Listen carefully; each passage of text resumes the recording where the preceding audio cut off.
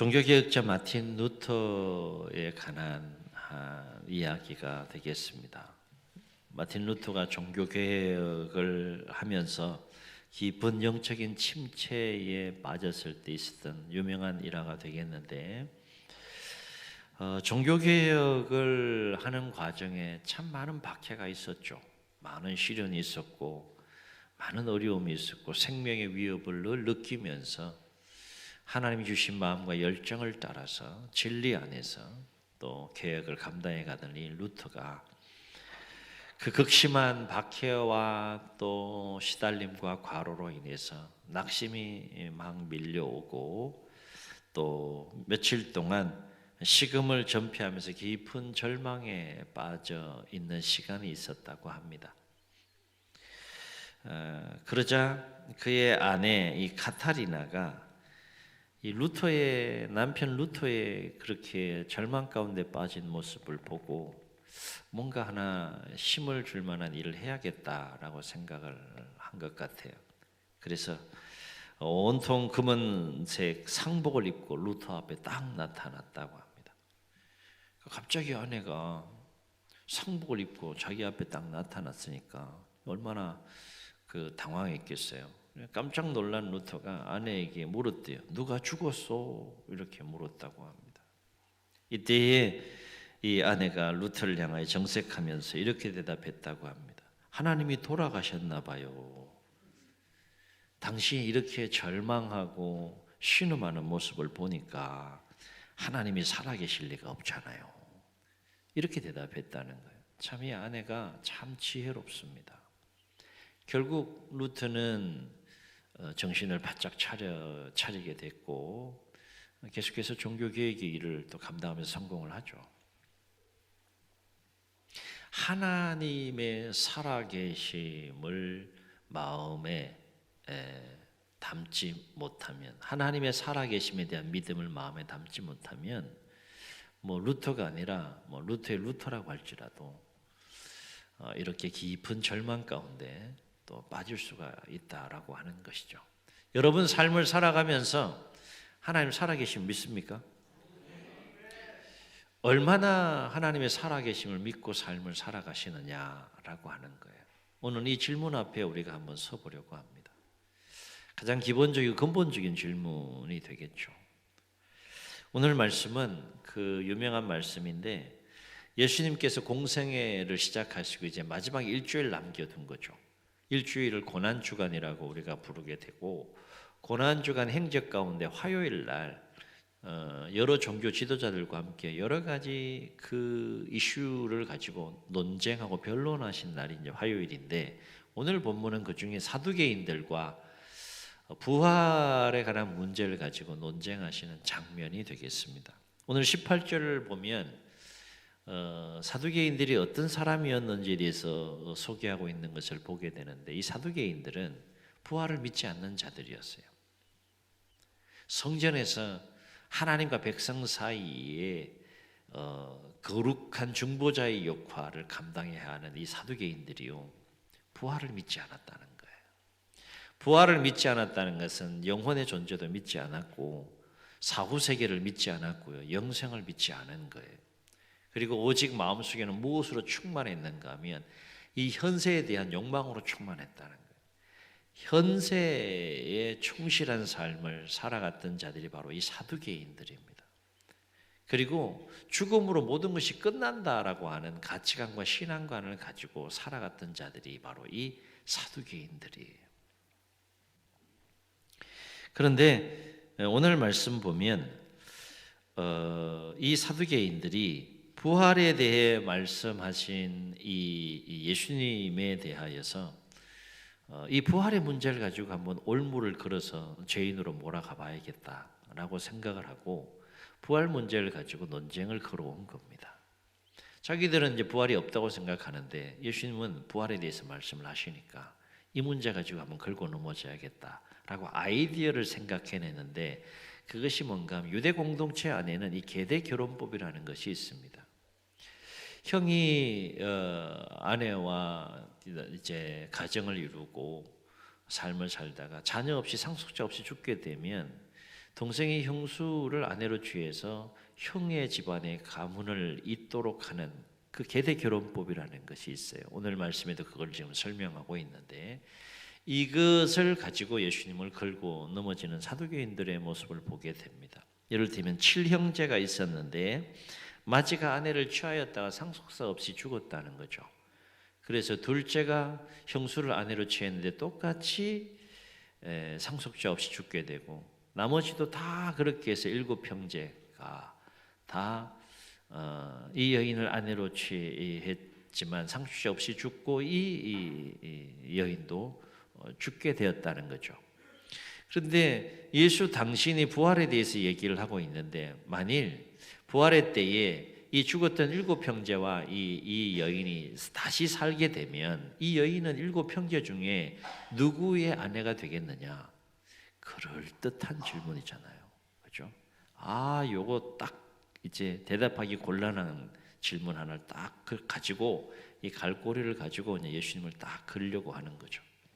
근데 예수님이 그렇게 그 논쟁을 걸어오는 사두개인들 보니까 안타까운 거예요. 너무 영적으로 무지한 겁니다. 성경에 대해서도 무지하고 하나님과 하나님의 능력에 대해서도 너무 무지한 거예요. 자기들은 가장 똑똑하다고 생각한 거죠.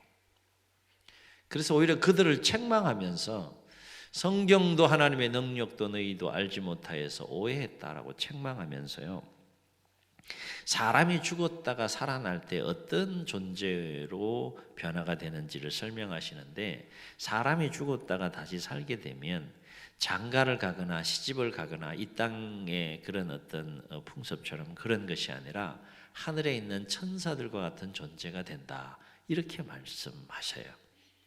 그리고 이어서 예수님은 부활과 관련해서 누구에 관한 이야기를 끄집어내는가 하면 모세에 관한 이야기를 끄집어냅니다. 그래서 모세에 관한 이야기를 끄집어내서 하나님이 어떤 분인지에 대해서 사두개인들을 향하여서 말씀하세요.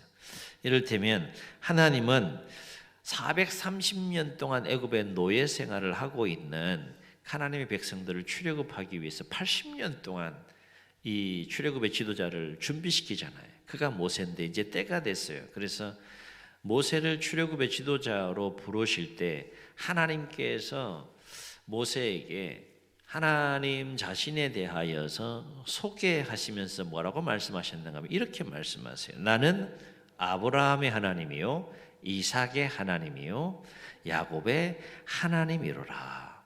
이렇게 하나님께서 모세에게 하나님 당신을 그렇게 소개했다는 거죠. 그러면서 예수님은 모세에게 이렇게 말씀하신 것과 관련해서 27절에서 그 말씀이 어떤 의미를 가지고 하나님께서 모세에게 말씀하셨는지를 설명해 주시는 장면이 나와요. 27절 우리 다시 한번 읽습니다. 시작. 하나님은 죽은 자의 하나님이 아니요 산 자의 하나님이시라 너희가 크게 오해하였도다. 질문할게요. 모세를 부를 때 하나님께서 어떻게 부르셨다고요? 어떻게 하나님을 소개하셨다고요? 나는 아브라함의 하나님이요 이삭의 하나님이요 야곱의 하나님이라. 이 3대 족장에 대한 하나님이라고 말씀하셨는데 예수님은 이것을 어떻게 해석해서 설명해 주셨다고요? 이 부분을 놓고 이렇게 말씀하셨죠. 하나님은 죽은 자의 하나님이 아니라 산 자의 하나님이라. 자, 그러면 모세에게 하나님이 하나님을 소개할 때 아브라함과 이삭과 야곱이 죽었다는 거예요? 살았다는 거예요? 네? 모세하고 아브라함 시대는 너무 먼 그 500년 정도 차이 나는 시간의 간극이 있는 겁니다. 그러니까 아브라함은 모세와 500년 전의 사람이에요. 약 500년 전의 사람입니다.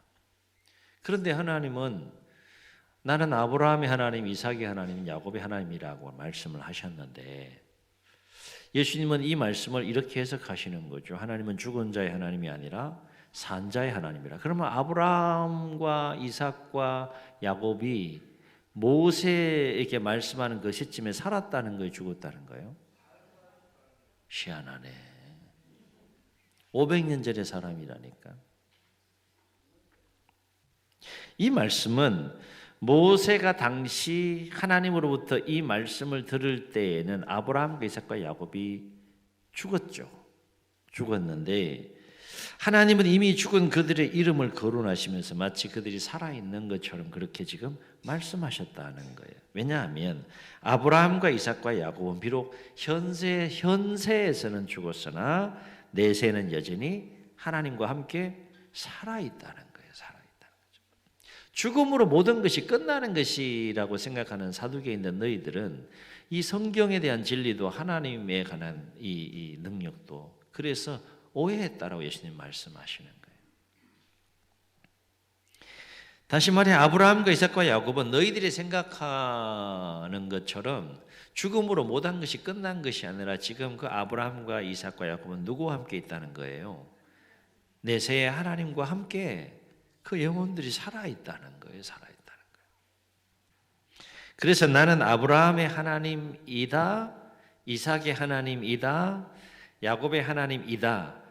나는 이다로 끝이 나잖아요. 이다라는 것이 비동사인데 원어로 보게 되면 그 시제가 무슨 시제로 되어 있는가 하면 과거 시제로 되지 않고요. 이게 현재형으로 되어 있는 거예요. 500년 전에 죽은 사람인데 지금 현재형으로 지금 말씀하고 계시는 거예요. 무슨 얘기냐? 하나님은 항상 산자의 하나님으로 존재하신다는 거예요. 아멘. 아멘. 그렇다면 하나님이 산자의 하나님이시다라고 하는 것은 오늘 우리에게는 어떤 의미가 있느냐?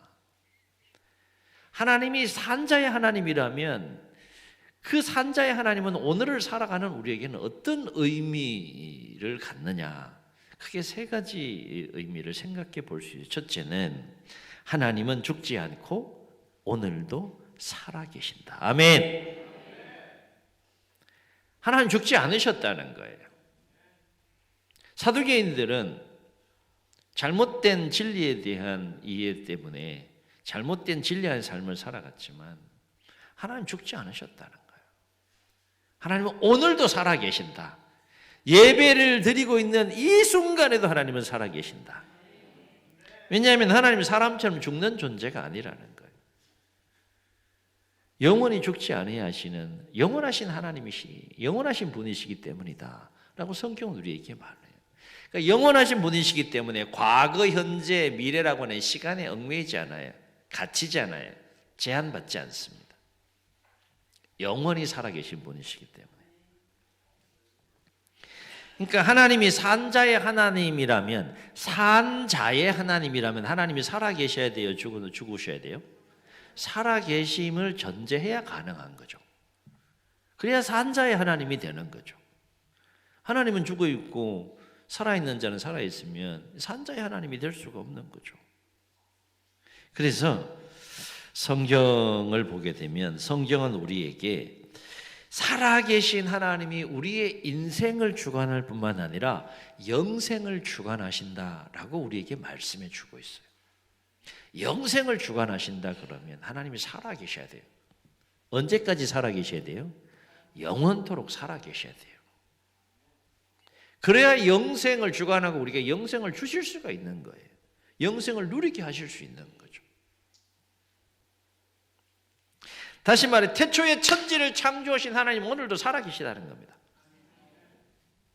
모든 만물을 창조하신 그 하나님이 모든 만물을 주관하시고 통치하시는데 그래도 모든 만물을 주관하시고 통치하시는 그 위대하신 하나님은 오늘도 살아계시다는 거예요. 이스라엘 역사 가운데에 홍해를 쫙 걸으신 그 하나님 오늘도 살아계시다는 거예요. 40년 광야 여정에 먹을 것이 아무것도 없는 그 광야 여정에 40년 동안 하늘에서 만나를 내려주신 그 하나님,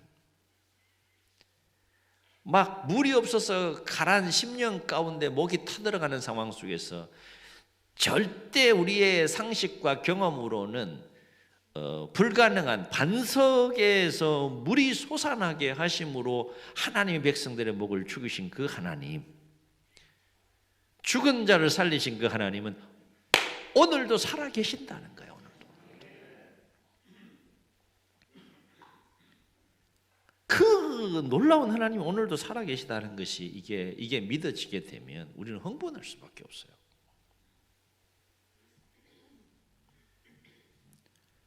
성경 속에 갇혀 있는 하나님이 아니라는 것이죠. 그래서 성경은 위대한 하나님의 말씀인 거죠. 모든 시대, 모든 세대를 향하여 열려 있는, 여전히 살아서 역사하는 말씀이 하나님의 말씀인 거죠. 하나님이 산자의 하나님이시다는 것은 또 우리에게 무엇을 의미하느냐? 두 번째, 하나님은 오늘도 살아서 우리의 삶 속에 역사하신다는 거예요. 다시 말해 성경 속에 역사하신 하나님은 오늘도 우리의 삶 속에서 역사하시는 동일한 그 하나님이시다. 동일한. 다른 하나님이 아니라 동일한 그 하나님이다. 창세기부터 시작해서 성경에서 전능하신 하나님께서 행하신 모든 일들은 성경 속에서만 일어난 사건으로, 과거적 사건으로 끝나는 것이 아니라 매일매일 맞이하는 우리의 삶 속에서 동일하게 일어날 수 있는 사건들이다. 왜? 성경에 역사하신 하나님은 오늘도 동일하게 우리의 삶 속에서 역사하시는 바로 그 하나님이시기 때문인 줄로 믿습니다. 그래서 앞서 언급했듯이 나는 아브라함의 하나님이다, 이삭의 하나님이다, 야곱의 하나님이다라는 동사가 무슨 시제로 되어 있다고요? 과거 시제가 아니라 현재형으로 되어 있다는. 이 말은 뭔가 하면 하나님의 살아계심도 항상 현재 진행형이고, 아멘. 하나님의 역사하심도 항상 현재 진행형이라는 거예요. 항상 현재형이라는 거예요. 현재 살아서 현재 역사하시는, 모든 시간 모든 상황을 초월해서 현재 여전히 살아계시고 현재 여전히 역사하시는 그 하나님이 우리가 믿는 하나님이시다. 또 한 가지, 하나님은 산자의 하나님이시다 하는 것은 우리에게 무엇을 의미하는 것일까? 또 한 가지 중요한 영적인 의미가 있어요. 그것은 뭔가 하면 하나님은 항상 우리와 함께 하신다는 거죠.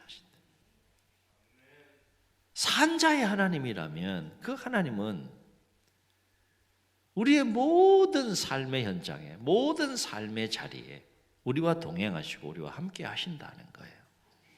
아멘. 여러분 삶을 살아가면서 하나님의 함께 하심을 느끼세요?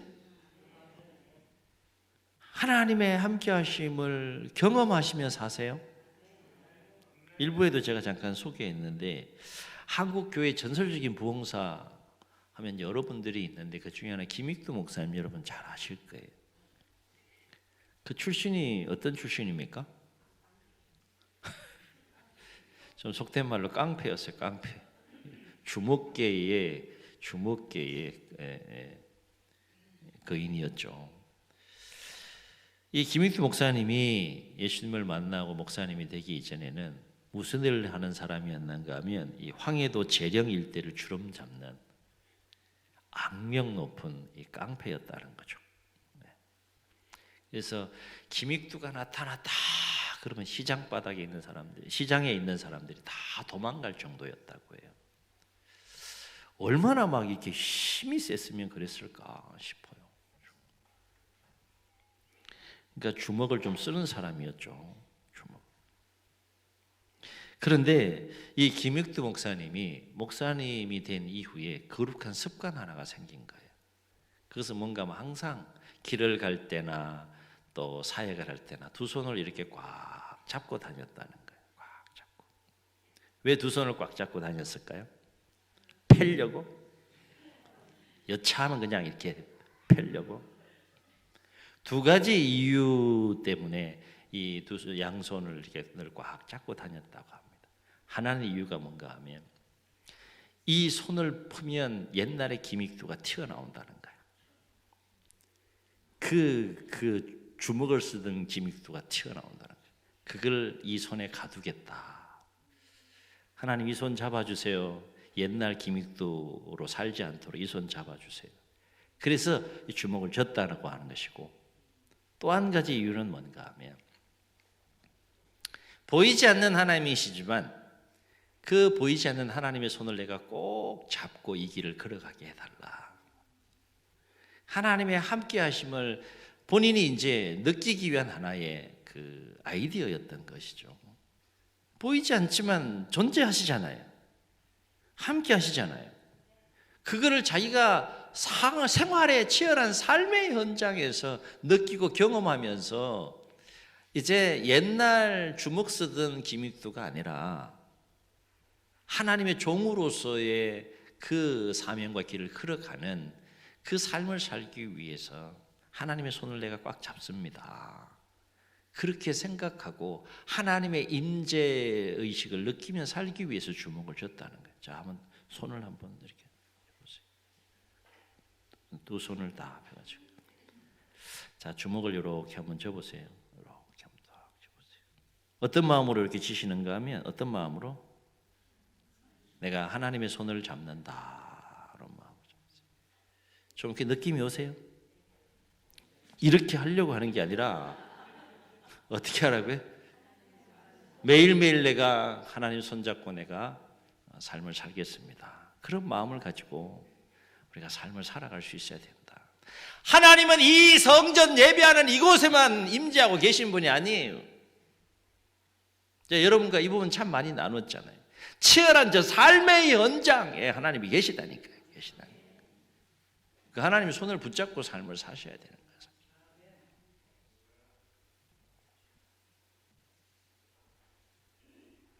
내가 하나님의 손을 꽉 붙잡을 수 있으면 그 삶이 어떻게 되겠느냐. 경험해 보세요. 정말 하나님의 살아계심을 느끼고 경험할 수 있다니까요. 믿음으로 붙잡는 거예요. 그런데 하나님이 우리의 손을 잡는 방식은 어떤 방식으로 잡는가 하면 이렇게 우리가 악수하듯이 손을 이렇게 잡으면 한 사람이 놓게 되면 이 손이 떨어지잖아요. 근데 하나님은 우리의 손을 어떻게 잡는가 하면 이렇게 잡는다는 거예요. 이렇게 잡으면 내가 하나님의 손을 놨어. 그럼 하나님 내 손 놔야 안 놔요? 욕심도 많아. 하여튼. 하나님이 이렇게 우리의 손을 잡는다는 거예요. 이렇게. 나는 비록 때로는 하나님의 손을 놓고 삶을 살아갈 때가 있어도 하나님은 내 손을 놓지 않는다. 하나님 손 꼭 잡고 살아가시기를 주의로 축원합니다. 산자의 하나님은 항상 우리와 함께 하신다라고 하는 의미가 그 속에 담겨 있어요. 하나님이 항상 우리와 함께 하신다는 정표가 뭐냐? 하나님께서 내가 너와 항상 함께 한다 이걸 말로만 하지 아니하시고 구체적인 그 정표로 무슨 일을 하셨는가 하면 하나님의 아들 예수님을 이 땅에 보내주셨어요. 그래서 마태복음 구약 성경을 시작하는 것은 창세기지만 신약 성경을 시작하는 마태복음 1장에는 예수님의 탄생에 관한 이야기를 소개하면서 예수님의 이름을 누가 지어주셨다 그랬어요? 하나님 아버지가 직접 지어주셨다 그랬고 예수님의 또 다른 이름이 뭐라 그랬어요? 임마누엘이라고 말씀하시면서 임마누엘을 번역하면 무슨 뜻이라고 했습니까? 하나님이 우리와 함께 계시다라는 뜻이라고 정언을 합니다.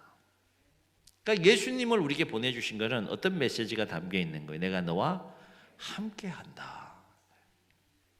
그리고 우리와 항상 함께 하시는 정표로 보내주신 그 예수님은 공생애의 삶을 다 마무리하고 마태복음 28장 마지막 절 20절에 보게 되면 하늘로 승천하시기 전에 제자들에게 위대한 약속 하나를 하시죠. 무슨 약속하세요? 볼지어다 내가 세상 끝날까지 너희와 함께 항상 함께 있으리라. 이 약속의 말씀을 하세요. 그리고 사도 요한은 하나님께서 우리와 영원토록 함께 하신다는 것과 관련해서 뭐라고 증언하는가 하면 요한복음 3장 16절 하나님이 세상을 이처럼 사랑하셨는데 어떻게 사랑하셨다고요? 독생자를 주셨으니 왜 주셨다고요? 이는 그를 믿는 자마다 멸망하지 않고 영생을 얻게 하려 하심이라. 그러니까 하나님은 우리와 영원히 함께 있기를 원하신다는 것이죠. 그것이 하나님의 마음. 그게 산자의 하나님이라는 뜻이라는 거예요. 그렇습니다. 하나님은 죽은 자의 하나님이 아니라 산자의 하나님이십니다. 산자의 하나님은 오늘도 살아계시고 오늘도 우리의 삶 속에서 크신 능력으로 역사하시고 영원토록 우리와 함께 하시는 하나님이시다. 바로 없기는 여러분의 삶이 여정에 어떤 상황을 만난다 할지라도 오늘도 살아계시고 오늘도 우리의 삶 속에서 크신 능력으로 역사하고 계시고 우리의 모든 삶의 여정에 우리와 동행하시고 함께 하시는 그 산자의 하나님을 바라보고 산자의 하나님을 전적으로 신뢰하고 의지하는 삶을 살아갈 수 있기를 주의 이름으로 축원합니다. 그래서 날마다 이 산자의 하나님과 함께 그것이 어떤 싸움이 되었든지 간에 반드시 내가 싸워서 이겨내야 될 싸움이라면 그 영적인 싸움이 되었든지 삶에 관한 전쟁이든지 즐거워의 싸움이 되었든지 어떤 싸움이 되었든지 간에 하나님의 자녀로서 내가 반드시 싸워서 이겨내야 될 싸움이라면 산자의 하나님과 함께 넉넉하게 싸워 이기시고 승리하는 삶이 되시기를 예수님의 이름으로 축복합니다. 축복합니다. 우리 말씀을 기억하시면서 우리 함께 찬양하시고 통성으로 기도합니다. 우리 하나님의 음성으로 우리가 듣고 찬양하겠습니다.